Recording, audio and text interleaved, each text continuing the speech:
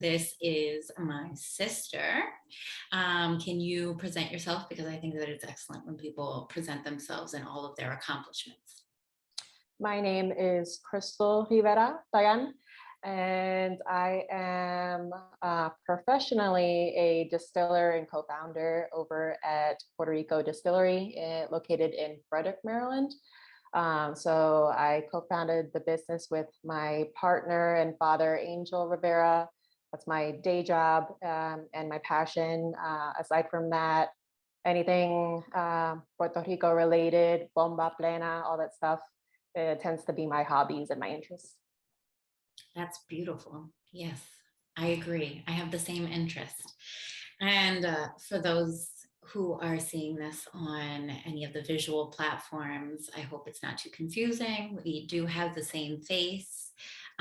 But I think it's also super interesting because we have very different experiences when it comes to the language world. So I think it'll be cool to have this conversation as the first conversation of language policy consulting chats in order to introduce what language policy consulting chats is going to be about, and also to give you a little background about me, and while we're at it, about this distiller, Crystal Rivera Pagán. So we'll talk about, so what do you think? What am I thinking? Yeah. I think it's great. I think we're getting into origin stories and kind of like how this language policy monster is created. So we're getting into it. Good. All right. So when I was getting feedback on these language policy consulting chats, one of the feedback points that I got from our father and your partner was that it would be nice to have some sort of a background on what language policy consulting chats is going to be about. And then I thought we could also kind of get into some of the questions that you're going to hear in these language policy consulting chats, but then maybe I ask you, you ask me, we talk about it a little bit, especially because we've lived in the same path of life, and yet we have very different experiences, which speaks a lot to the individual experiences of every language learning environment or multilingual home. So language policy consulting chats is really going to focus on linguistic diversity and language research, and really the personal experiences that kind of integrate all of that together, because I think that it's fantastic when you can engage those personal experiences into the research, those personal experiences into the policy. We speak a lot in language policy consulting on the blog and in different spaces about ideologies and attitudes and beliefs or orientations, the direction that you take in terms of embracing or restricting spaces for multilingualism. And so what I think is going to make this conversation and these conversations more meaningful is actually seeing how they manifest in real life.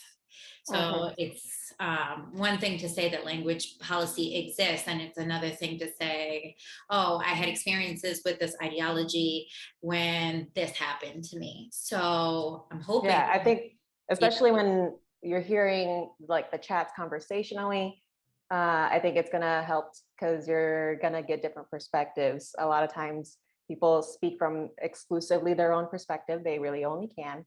But they talk in absolutes because that's all they know. So if I'm talking in absolutes, like, you know, this is all that ever happens, but I only lived my one life, then what I'm saying is true, but someone else's perspective and experiences is also true and valid. Exactly. So I'm hoping that the more points of view that we have, the more that we get to see how all of this actually plays out, and it's not theoretical anymore so much as practical. And maybe when it plays out, because it plays out constantly, we can say, oh, that's what's happening. I see. Yeah.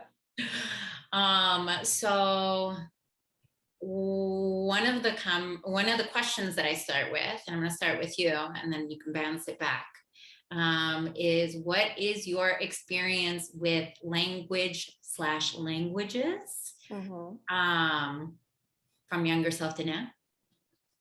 So I was born in Puerto Rico, and so on the islands, you're hearing Spanish all the time.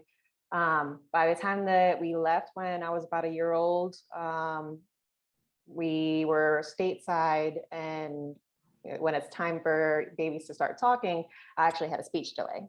So language in general, like I am already kind of behind the eight ball. So even though I'm hearing Spanish, I'm hearing English everywhere else.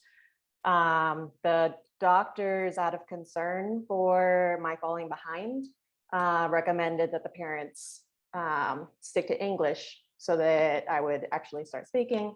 So I think my first language is really English, just because they made them choose. I'm pretty sure that nowadays that's not the recommended practice. No, so this is an excellent example of where language research meets actual practical experiences. So when individuals are learning multiple languages, especially as they are learning languages in general, there can be a delay in oral speech, and that has nothing to do with a child's ability or a baby's ability to eventually speak languages.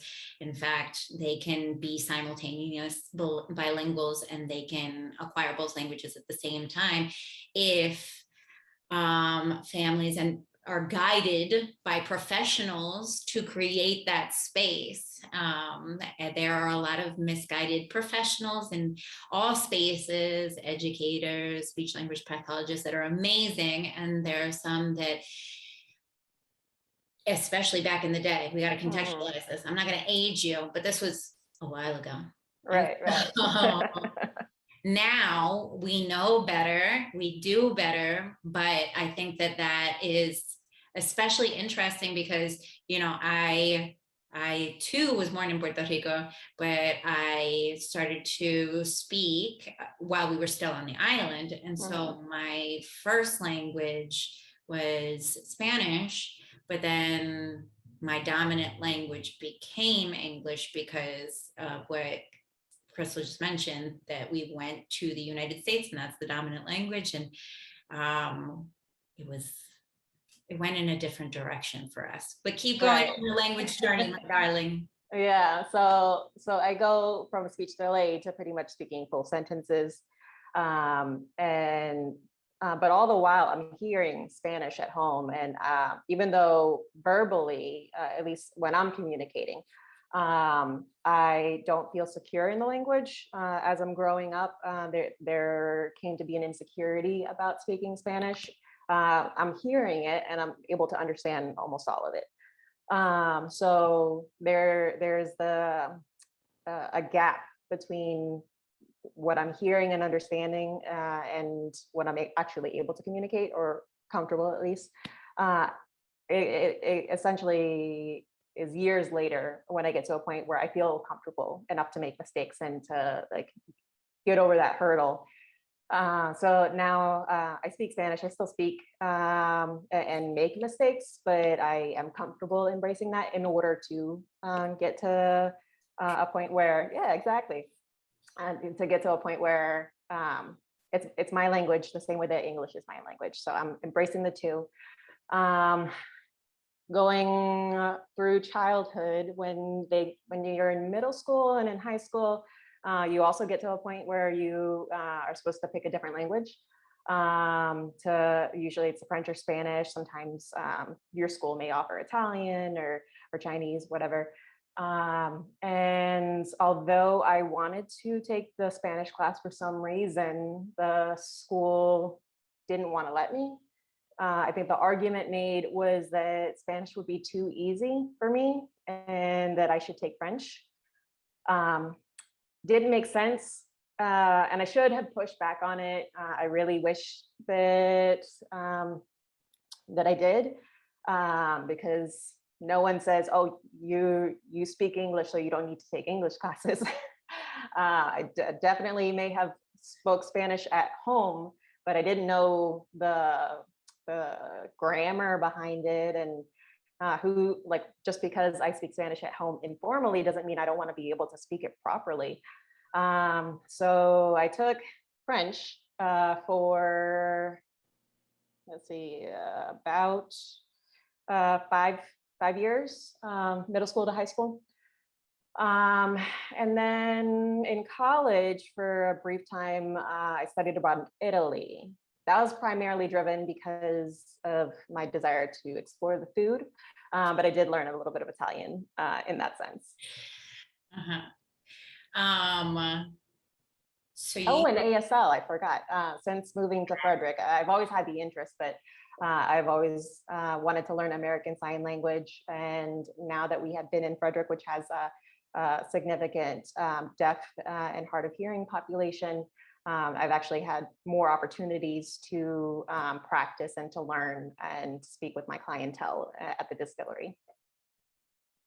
which, I mean, that definitely, and we'll get into it, that definitely goes to show what we talk about in terms of ideologies and the orientations. But to stay in your world about language learning, isn't it interesting that, I mean, this entire time we were growing up together and we were going to pretty much the same schools, and you were discouraged from taking the language, and for whatever reason I was either allowed to, or I'm not even sure what the case is. So I find it very interesting, and also unfortunate when students aren't.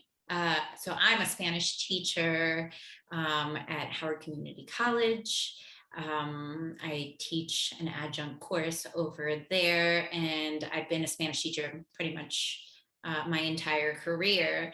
And one of the most unfortunate things is when either students are not encouraged to take their home language because, quote unquote, it'll be too easy, as though there's this expectation that if you speak it at home, you're doing all things. You're reading, you're writing, you're speaking, you're listening, da, da, da, da, da, da. So that's unfortunate, because if a student, obviously you had the interest in your home language and you didn't have the opportunity to play around with that in a different setting, or to like model the fact that you knew, like, why would you wouldn't be like, oh, you're just like killing it in algebra, well then just don't take it. Yeah. You're really good at algebra, don't take it. Just go to geometry. You got it. Like, so you don't do that with anything else. You don't say you're really good at it, so don't do it. But then I also think that it's interesting that we had like alternative experiences, because I remember being in Spanish class, and so I, like you, we spoke Spanish at home, but we spoke Spanish, we spoke Spanglish, we spoke English, and we were, for a while there, speaking a lot of English. And so when we went into the Spanish class, I remember learning, oh, this is silly, but I remember learning usted, and I had never heard of usted. Like, right. Why would you? If you're speaking with family exclusively, there's no need for the formal. Exactly. So for those listening, usted is just a form of you that you would use in a more formal, quote unquote setting, or to show respect for a certain individual listener or whatever. And I remember the conjugations for usted was like, what is happening?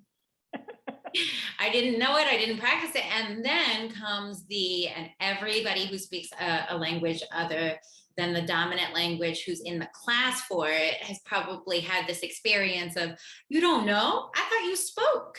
Mm-hmm. And then there's all sorts of, shame or frustration that's associated with that. And so there was a while where either in my language journey, I either went in and was like, well, I think that initially in my language journey, I kind of like stayed away. I was like anxious about, I'm going to make mistakes. And I felt like I was going to not be blank enough, not be Puerto Rican enough, not be Latina enough, not be who I was supposed to be enough. That's a whole bag of worms. And then I remember thinking like, no, this is like a big piece of who I am, this language piece. So I wanted to get a grip on it. So I went in the other direction and I was like, I'm going to become a Spanish teacher. Initially it was, I'm going to become a Spanish teacher because I want to be in the situation, in the most immersed situation where I had to, like, I have to speak Spanish if you are a Spanish teacher. I could have also probably went to a particular environment or community or country that had that as the predominant, but there are tons of communities within the United States that are predominantly Spanish speaking. In fact, I started my career in Annapolis Middle School, and Annapolis has a very significant Latino population, which I didn't even know that until I started teaching over there. So I think that that was an excellent experience, but it was definitely one of those like where you have to be vulnerable, and anyone who's That's so uncomfortable, the vulnerability. Oh, it's the worst. And that's why I love to learn about this. I love to learn about these systems, about how language is learned, about everything that it entails to be a multilingual, if you so choose to identify that way, because I feel like a lot of this is like very covert, or like people don't want to be talking about it, and then all of a sudden you learn about it and you're like, wait. So yeah, I feel like I'm glad that you went into this profession, because I have secondhand gotten to benefit from all of your research and everything that you have been able to get into. You bring home and you're like, did you know? Or I just found out. And I'm like, I have sneaking suspicion. The things that shape us. I feel like it's interesting how we both react to them. I feel like in a similar sense, I didn't necessarily pick my profession out of it, although you could say that because I'm distilling pitorro or rum, that I ended up getting steered in that direction. But I definitely picked my university based off of that. Like when I was going to get my undergrad, I was this close to going to the UP, University of Puerto Rico, just because I wanted to be like immersed in it. And then I was like, ooh, that's a lot. I don't know, maybe a little too much. So I backed down a little bit, but I ended up going to Florida International University down in Miami. Huge, huge population over there. You could essentially get away with living your entire life there, speaking only Spanish, and be perfectly fine. And that's when I went in on speaking Spanish, making mistakes and practicing. But I also came home with a Cuban accent. So I got a little teased from when I came back with a Cuban accent. But it was definitely that draw, that search for the culture and for the language and for that connection. Yeah, no, and that's super interesting because, you know, the different ways of speaking Spanish is super cool.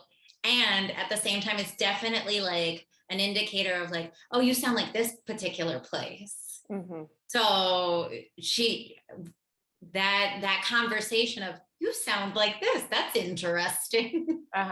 Because you were surrounded by that particular way of speaking Spanish, which is really cool because so I went to school at Towson University, and conversely, speaking English to English, right? So I was with a bunch of my girlfriends, my best friends in college. They're all from New Jersey or New York, Long Island. And so I remember that I had more than a few people mention to me, like, are you from up north? Are you from New Jersey? Are you from New York?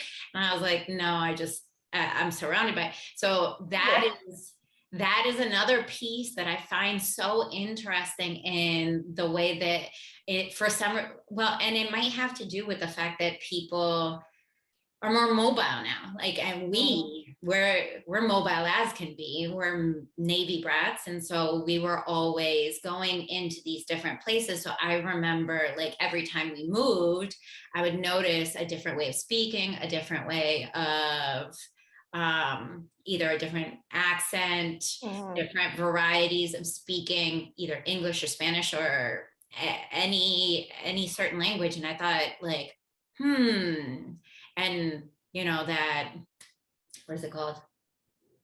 You're trying to figure out how to survive. It's like a survival instinct. So you're like, okay, so in order for me to get around here, what do I need to say? What do I need to sound like? What do I need to do? You start to get a bigger appreciation for them. If it's even a conscious decision. I think sometimes, a lot of times, it's subconscious. Tosh, my wife, we were just in Hawaii, and she is a sponge when it comes to accent. So when she gets on the phone with her mom, she very quickly gets a Southern accent, or if she's drinking. But at the same time, she spent some time in Laredo, Texas, which there's a very strong Mexican influence, obviously. So when she speaks Spanish, it's a Mexican accent. And when we went to Hawaii, somehow a lot of the local people were mistaking her for an islander, a Hawaiian. And she was like, I don't know what's happening. I'm like, I'm listening to you. She doesn't even realize that she's doing it, but she is picking up their accent very quickly. And thing. Yeah. Which is super cool, especially if you get to, like, notice that there's potential there, right? Yeah.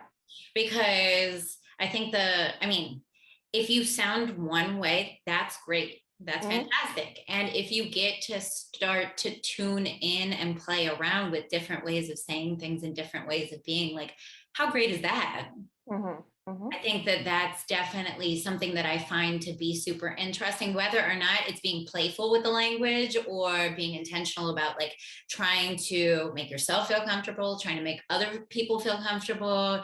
That's a really interesting thing to know when you are in either diverse spaces or even in your own space. When someone comes to you, to be able to receive that in a positive and resourceful way is very different than, I don't understand you, Right.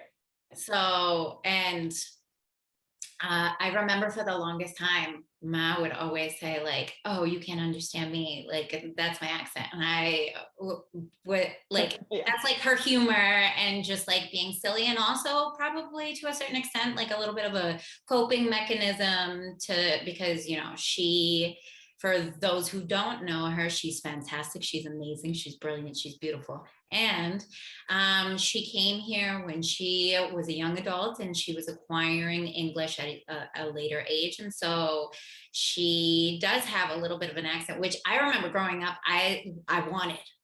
Like, I was like, ooh, that's so cool. Like, that's what an indicator of the fact that you're from Puerto Rico. But apparently, it's not always easy, and I can get that. And especially back then. Yeah, exactly. Now we have more conversations about, like, diversity and, not being a jerk. But, back in the day, they didn't have as many. And I remember telling her, like, we all have access. Like, this was after, like, all of my growing and learning and working through my language stuff. I was like, we all have accents. We all have different ways of speaking. I want you to embrace the fact that you sound the way that you do, because it's amazing. She was like, you know what? You're right. Mhm. Since then, I don't know if she said it, but I haven't heard her say it, so we'll see. So yeah, that's a lot of our language journey. I wonder if, and this is a fun one, this is something that I've been asking people in our conversations. Do you have any standout language memories? A language is a constant, so it's kind of hard to pick out just one. Definitely my story earlier as So let me to contextualize it for you a little bit. So we, especially in the last blog post, we talked a little bit about the different ideologies, the different attitudes that people can have in terms of language. And so language is a problem when you see either accents or different ways of speaking, different language varieties, or anything to do with language. If you see it as like, oh, this is a barrier we're going to have to get over. Actually, one of yours comes to mind, but it's not for language as a problem. Language as a right, where you are thinking about the human rights of individuals, and in order for individuals to have human rights and access to the same thing that either dominant language speakers or, hearing individuals or seeing individuals, in order to create equity and access, you are making sure that you are mindful of language. Mhm. Or language as a resource, where you value it, you see the additive nature, you want to incorporate it in your spaces, in your way of being, because you not only see the right to it, but you also see that it can add to your way of being or your Mhm. space. So one of the with that in mind, one of the things that comes to mind is one of my first jobs, which was at Noodles and Company. I was in a culinary slash restaurant management program back in high school. And just to get my foot in the door, when you have nothing to put on your resume, it feels like you're like, how am I supposed to get a job when I have no past experience? I need a job to get a job. It feels like a vicious loop. But I get a job with Noodles and Company. And one of the selling points for me that got me the job was that I spoke Spanish to some degree. I definitely wasn't too far along in my journey, but the restaurant had some kitchen staff that didn't speak any English, and so the manager had a hard time communicating with his own employees. I don't know how he got to the point where he was able to actually hire them if you couldn't really communicate, but he became dependent on me to communicate with the guys in the back of the house. And so that got my foot in the door, but it seemed like they got secondhand treatment or afterthought treatment when there didn't seem to be any effort to be able to communicate with them, aside from possibly bringing in someone that already had that. He wasn't making an effort by any means. So it was an example of what I was nervous about in pursuing the restaurant industry. When I first expressed interest, mom was not exactly happy about it. There can be a stigma that it can be a job that doesn't really have future potential. That it's a stereotype of you're only going to be a dishwasher, and you're going to be some stereotypical Latina that is stuck in the kitchen. And I think with that experience combined, made me nervous that was potentially what I was going to be experiencing and pursuing. I had many more experiences in the restaurant industry that proved otherwise, but it did give me that the two sides of the coin. It gave me a strength that I was having this skill set and this language under my belt, but it also showed me this whole population that was not being able to be spoken for, really. Mm-hmm. That's unfortunate. And I'm curious about the same thing. It's like, how did you go about hiring? How did that interview go? Yeah. And yeah, I have many questions. The first memory that comes into my head about, especially specifically, I mean, language is a resource. Thankfully, as a language teacher, often you hear like the value of language and how wonderful, and and people are advocating for it. The question is, who are you advocating for, right? Mm-hmm. Like, are you saying that your language, even though you didn't necessarily feel confident, maybe part of the language when you were communicating with them was in Spanish and part of it you might have to use other linguistic resources? That is that language valuable, and is that language a resource?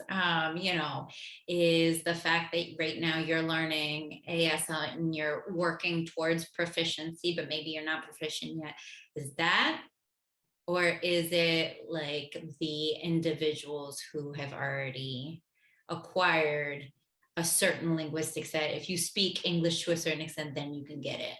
And that actually happens a lot in school systems. There's this like discrepancy or this misunderstanding by some families that they're like, I don't want my child in any language support systems because the teachers are going to think that they aren't equipped to meet the demands of the school system. And I remember when we were in Ponte Vedra, and I don't know if you remember this story, but when we were in middle school, literally it was like day one, first day of school, and you got a name that starts with an X, so here we go, we're doing roll call, and I was like mentally preparing for it.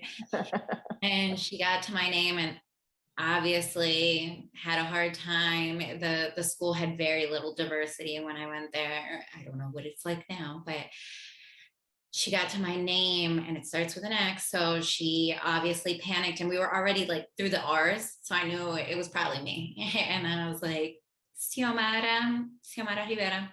And all I said was my name. And she goes, do you speak English? Like, wow. I do remember that, yeah. Like that. When I think of language as a problem, I think that there are more examples of actually that sort of thing. It's not like she wasn't mad at me. She wasn't. No, it was the assumption though that Yeah, there was the implicit, like A leads to B.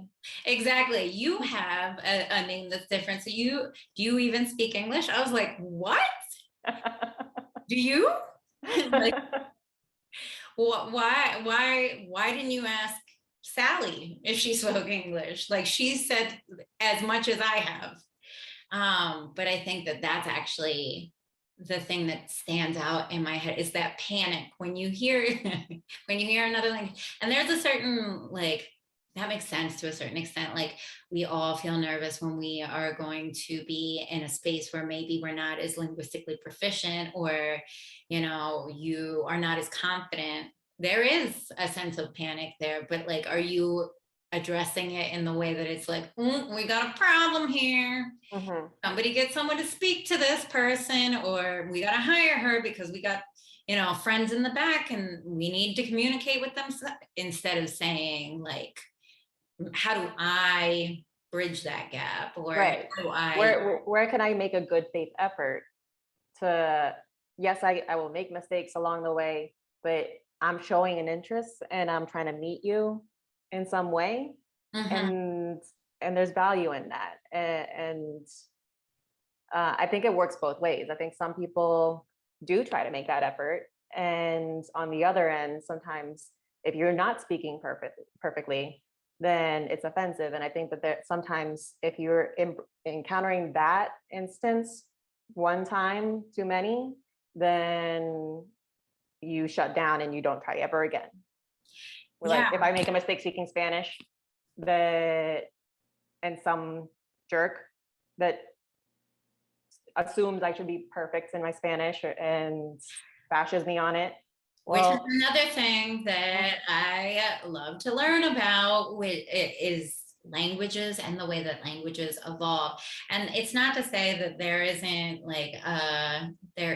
value in learning certain ways of speaking, but I think that it's gone in the extreme sense, and there is this misguided perception that there's a right or there's a proper, and that language isn't constantly evolving. And I think that for me was like when I started to see examples of that, and you see examples of that in a certain extent, like for example, you know that we're not out here speaking, even people who speak English aren't speaking Shakespeare's English. Right? So the language is clearly changing, and yet we think that because we grew up, or you speak a certain language for a certain amount of time, that you have ownership over it and you get to tell people that they're right or wrong. Or there's this misguided notion that I'm going to help you. I'm going to help you because I know and you don't. And I know that I still train myself to stop doing that. You know what I mean? Because I don't do that out loud anymore, because we're growing, we're learning. And I'm like, you know what? No, that is being restrictive. Let someone talk, let someone express themselves, especially depending on if you're at brunch, what are you doing correcting me? Right. No, you're doing that so that you make yourself feel better, so that you get to prove that you know or don't know. So did you understand me? Did the point come across? Exactly. Well, let's keep this conversation flowing.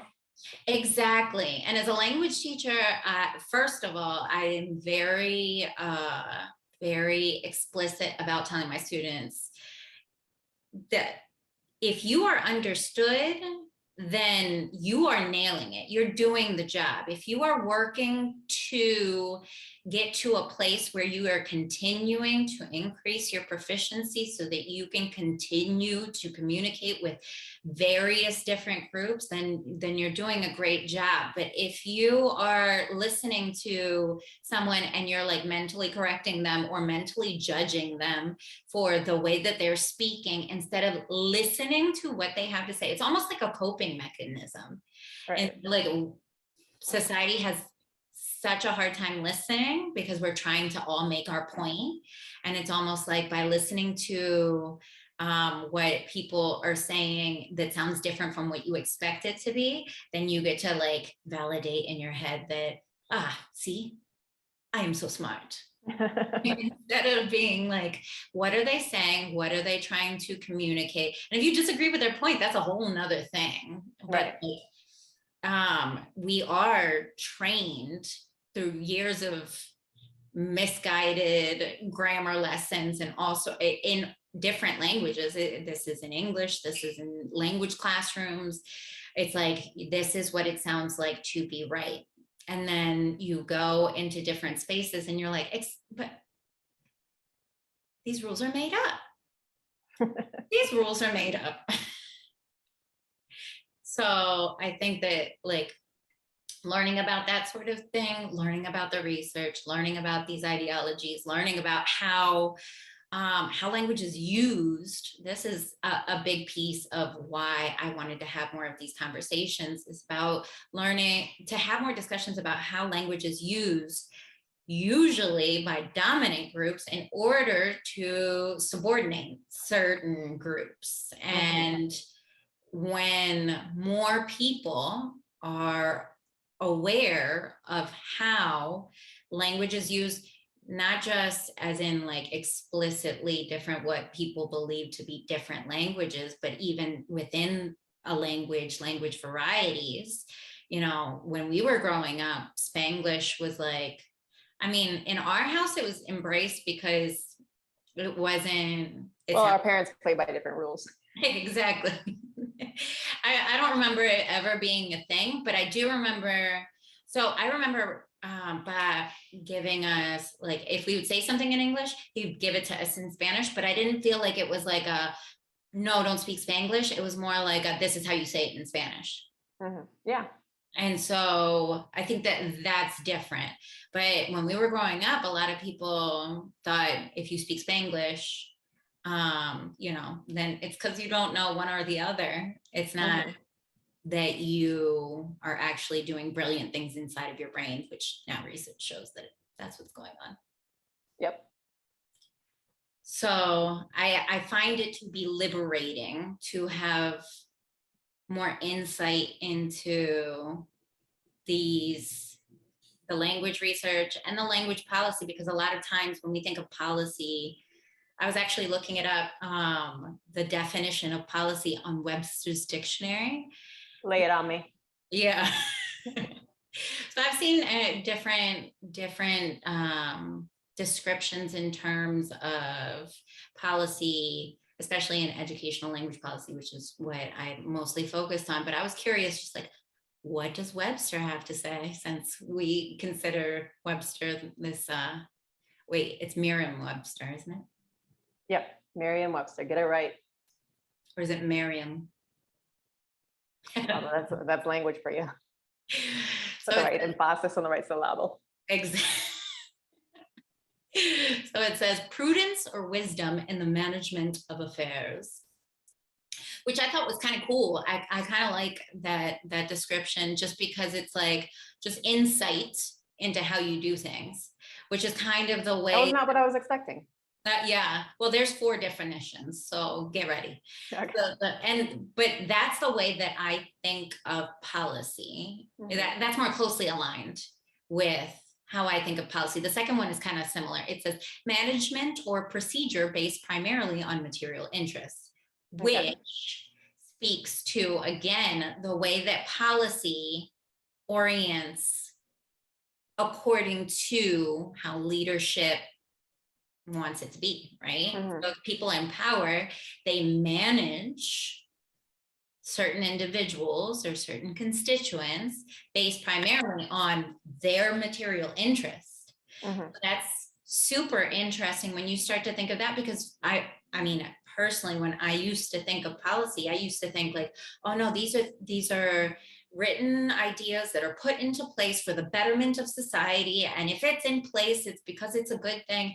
And I mean, I think that we have seen, throughout history, but especially, I would say in the past 50 years, how these regulations, laws, policies are not necessarily in anyone's interest, except for the people who are putting already in power. Exactly. So that's something to keep in mind. The other definition is a definite course or method of action selected from among alternatives and in light of given conditions to guide and determine present and future decisions, which is just a crazy way of saying the way that you orient towards or away from what you believe in my opinion, right? I don't know. And then the last one, it says a high level overall plan, embracing the general goals and acceptable procedures, especially of a governmental body. That I thought was interesting, because in studying language policy, the majority of the time that an actual explicit language policy is put into place, like a policy that focuses on languages, that most often comes about when there's a quote unquote language problem. O sea, que there's like you speak a language and I speak a language, and the government is trying to figure out, well, how do we make a decision so that procedures can be enacted? Mm-hmm. But I think if you are coming at it from that angle of like, now we have a problem, now we got to deal with it, aren't you most likely going to have a certain mindset in how you deal with it? Like, let's go the easier way, or let's go for the way that's easier for me, because I'm in power and this makes sense to me. Yeah. So in general, policy is basically structure, but it has the potential of being so regimented and so strict that it actually defines right, wrong, moral, immoral, these clear divides of what's proper and what's improper. And I think that by taking the step back, going back to just policy as structure, there are many different ways to go about it, different ways to peel an apple. And maybe there's not a wrong way, there's just different ways. Well, well, it's not that there's a wrong way, but I'm gonna push back. All right. As my darling partner says, I'm gonna push back, because there's not a wrong way if you're saying that it's not possible, but there is a way that perpetuates certain inequities in order to keep certain groups in their elitist position, right? And there are ways of approaching certain policies and certain decisions in a way that is not just. So part of the problem I find with the conversation about policies, it's like, well, we got to make a decision because we need to print this out and it's got to be in one language. But you can create structure and opportunity and have flexibility within that structure. I had an interview today and they asked me today, what does structure mean to you? And it's funny enough, because I wasn't thinking about this, but I thought, enough insight and enough information so that I can do a job, and enough flexibility so that when things change, or when things, when a challenge comes about, that I can then move in that direction. Everything should not stop when things change, and things are constantly changing. Right. And so part of the problem is that policies are put into place and it's like, done, nailed it. And it's like, people are changing, languages are changing, demographics are changing, needs are changing, society is changing, the environment's changing. So how are these decisions not, why wouldn't we continue to revisit them? Where's the nuance and grace? Exactly. So I want to have more frequent conversations so that we are hopefully inspired to look into it more, to have more thoughts about it, to be more critical about how is language appearing in spaces. Because, and this is full circle, for example, a space like your distillery, it has not written out the policy, the language policy. You guys have not sat down and said, this is what we believe about languages, and this is the way that we are going to orient towards or away from creating spaces for multilingualism. You guys haven't done that. And yet you make decisions based on languages all the time. Whether it's someone coming into your distillery and saying something in a language that you either is a language variety, a variety of English or Spanish, or maybe a completely different language. During the pandemic, I remember, well, we're still in the pandemic. Early pandemic. Early pandemic, yep. So I remember you being very thoughtful about making sure that you had the clear masks, Mm-hmm. because you wanted to make sure that if you had customers that read lips, or that with the amount of sign language that you do speak, if you couldn't communicate as efficiently as you wanted to, that you could at least do more to create space and create communication. Right. It was a frequent enough thing that I was thinking, okay, trying to learn language, I'm not going to learn that quick enough. So if they lip read, hopefully that will help. I had extra notepads and pens so that we could write back and forth. I at times would type it out on a computer because I can type faster than I can write.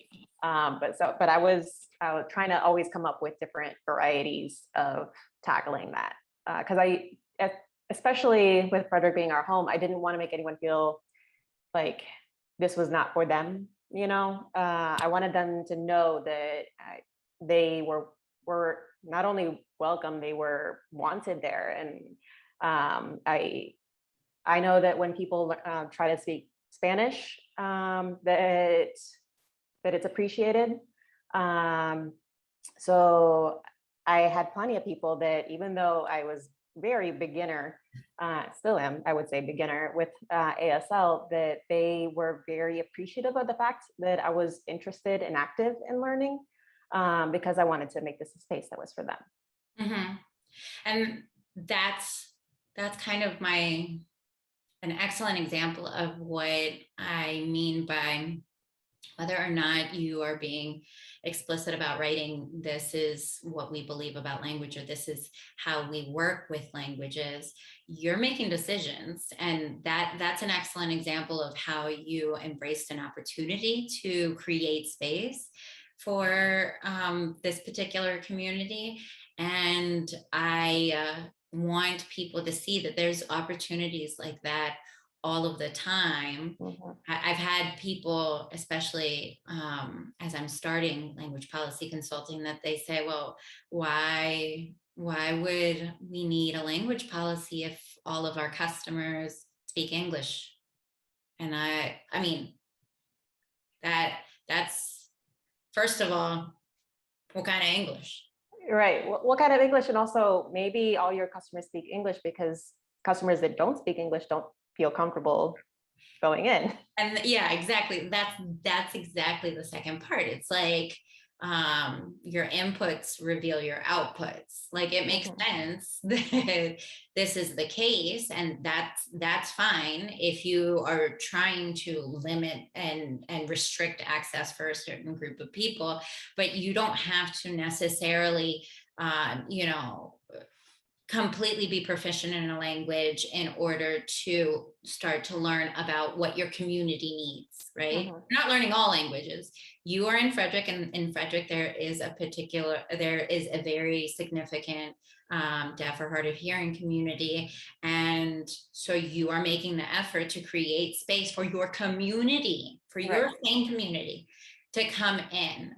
And that's kind of what I want to encourage individuals to do, to be more thoughtful about how language is used in their spaces. What are you seeing? Who are you seeing? What are you hearing? What varieties are you hearing? How are you creating space for them so that they feel comfortable and welcome instead of tolerated? Like, oh no, if you can figure it out. Yeah. So you guys are an excellent example, and it's not just because you're my family, but yeah, exactly. You guys are doing the work. So as we round out, these last questions are definitely my favorite, and they are repeat questions. We'll hear them on these conversations, the language policy consulting chats. The second to last question is, what do you wish that your younger self would have known about languages? that it's okay to make mistakes. That there is no other way but through.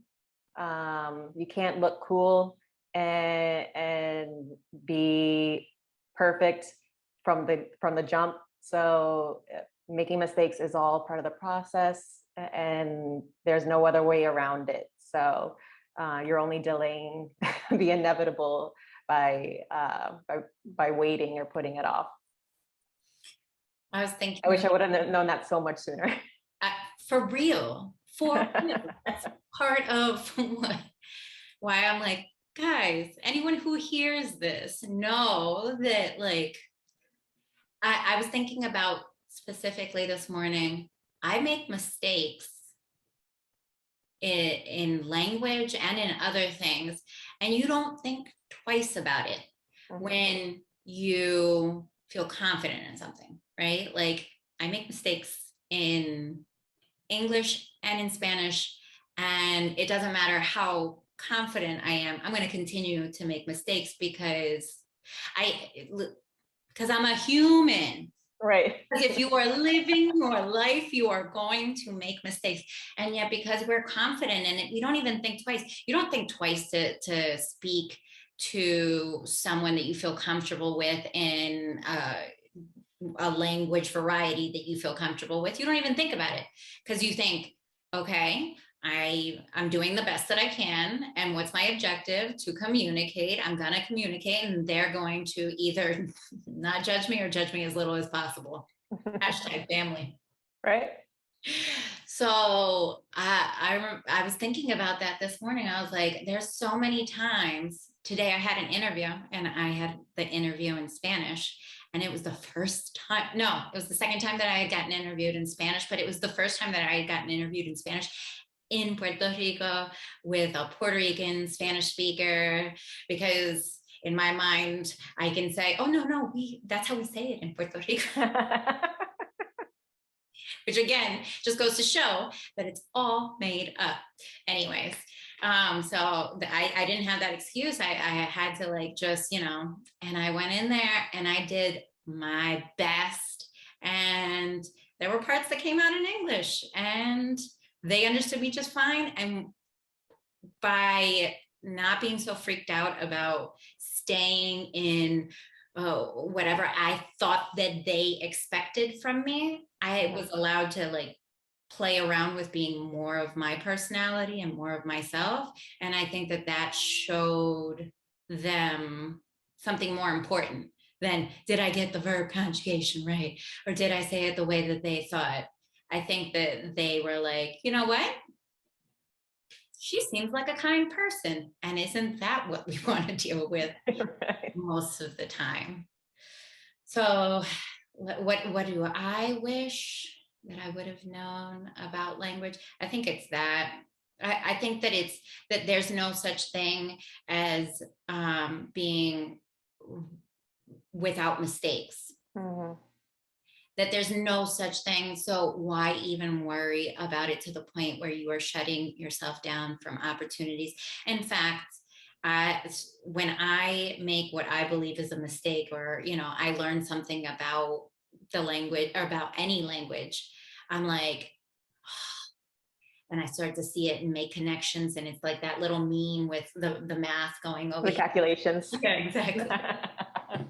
And I'm like, oh, that's how, okay. And then it sticks in your brain and you don't make that mistake again, but you're going to make some other mistake, because at the end of the day, you're communicating with different people in different ways. And so I wish that I would have given myself more grace. And I try to remind myself of that now. Every time I try or I'm anxious about a speaking situation, I'm like, okay, there's just no way to be perfect. Like, I wouldn't expect myself to be perfect in any other circumstance. Why would I expect myself to be perfect in a speaking situation, either in a different language or even in a presentational speaking? Right. No, right now, I'd love to sound brilliant. I'd love to sound perfect. I'd love to sound effortless and the best version of my speaking self. And I'm making mistakes. And it's okay. But you got pearls, and that's the important thing. Exactly. How do you learn? How do you grow? How do you become the linguistic repertoire that you're supposed to be if you limit yourself? Mm-hmm. The only reason that I limit myself, that I'm sure many people do, is fear of failure, fear of embarrassment, of judgment. And in reality, anyone that's judging you, it says more about them than it does about yourself. So I try to remind myself of that. Exactly. If they have a limited mindset, then they're a bozo. Mm-hmm. That's my takeaway from today's conversation. If you don't appreciate all of this linguistic knowledge and ability and embracing of all of my linguistic assets, then you're a bozo. And I am going to have to carry on being all of this linguistic amazingness. There you go. So, words to live by. I need a shirt. The last question is, what is your language policy? So we've talked today about essentially that it's just either the structure, the flexibility to do what you believe in and embrace community in whatever way that you see fit. And so specifically within the language space. And I want to have more conversations that kind of demystify language policy and just show that every time that you have an opportunity to engage in language, you're practicing some form of language policy. Mm-hmm. So we need to be thoughtful about how we want to approach those moments so that you can be purposeful in creating space, hopefully. So you're asking what my policy is? I'm asking what your language policy is, girlfriend. My policy is that my one non-negotiable is respect. So if in a conversation mistakes are being made, effort is being made, but the communication is respectful, that's a successful conversation. That communication, when done respectfully and with love, that's a win. Mm-hmm. That's great. That's the best kind of policy. Short, sweet, and to the point. Yes. I think my language policy is language is valuable. Individuals have the right to use the language that they feel creates opportunity for them, and that conversations should be like that, respectful and purposeful. And there have been some linguistic communities that have been left out of the conversation. And if we need to uplift those communities in order to create more equitable space, then we need to do that. And we do that by promoting multilingualism in all of its assets, and especially by being purposeful in creating that space for those either linguistic minorities or linguistic communities that deserve the space. So language is a resource, language is a right. Give me the languages, we promote them, especially in an equitable way. I love it. Yeah, I think it's good. And guess what? I'm a work in progress. That language policy is a work in progress.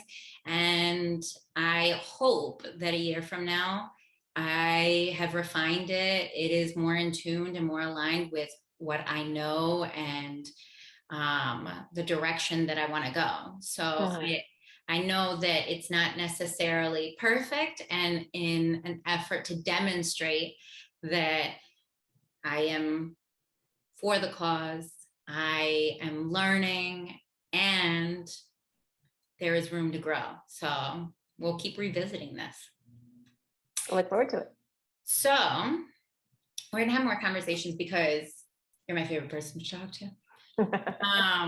But I want for anyone who is either in the DMV area who wants to visit your distillery and or anybody who wants to follow your distilling journey or the distillery's journey, I want you to share all of the platforms so that friends can follow all the fun things you're doing. Thank you. Yes, you can find us at PuertoRicoDistillery.com. Social media is all along that theme. So Puerto Rico Distillery on Facebook, at Puerto Rico Distillery, all spelled out on Instagram. Twitter, I don't think is really active, but at PR Distillery. We have a whole series on YouTube where we have discussions along the common thread of the Toro community, those types of things. We have blending workshops on there that you can archive back to our early days. Me personally, I am not super active, although I'm thinking of re-upping my social media presence. So you can find me at Crystal PRD, PRD for Puerto Rico Distillery on Instagram. And yeah, that's it. So definitely look us up. We are located in Frederick, Maryland, across from the Frederick Airport. We look forward to sharing some stories and experiences with you. Perfect. I thank you, my sister, Crystal Rivera Pagán. Thank you for your time. Thank you for the work that you do with the culture, the distillery, languages, creating space. I am very proud of you. I'm proud of what you guys have created. And so I appreciate you coming on here to share and having these conversations with me. Anytime, doctor. You're welcome. All right, I'm gonna stop this.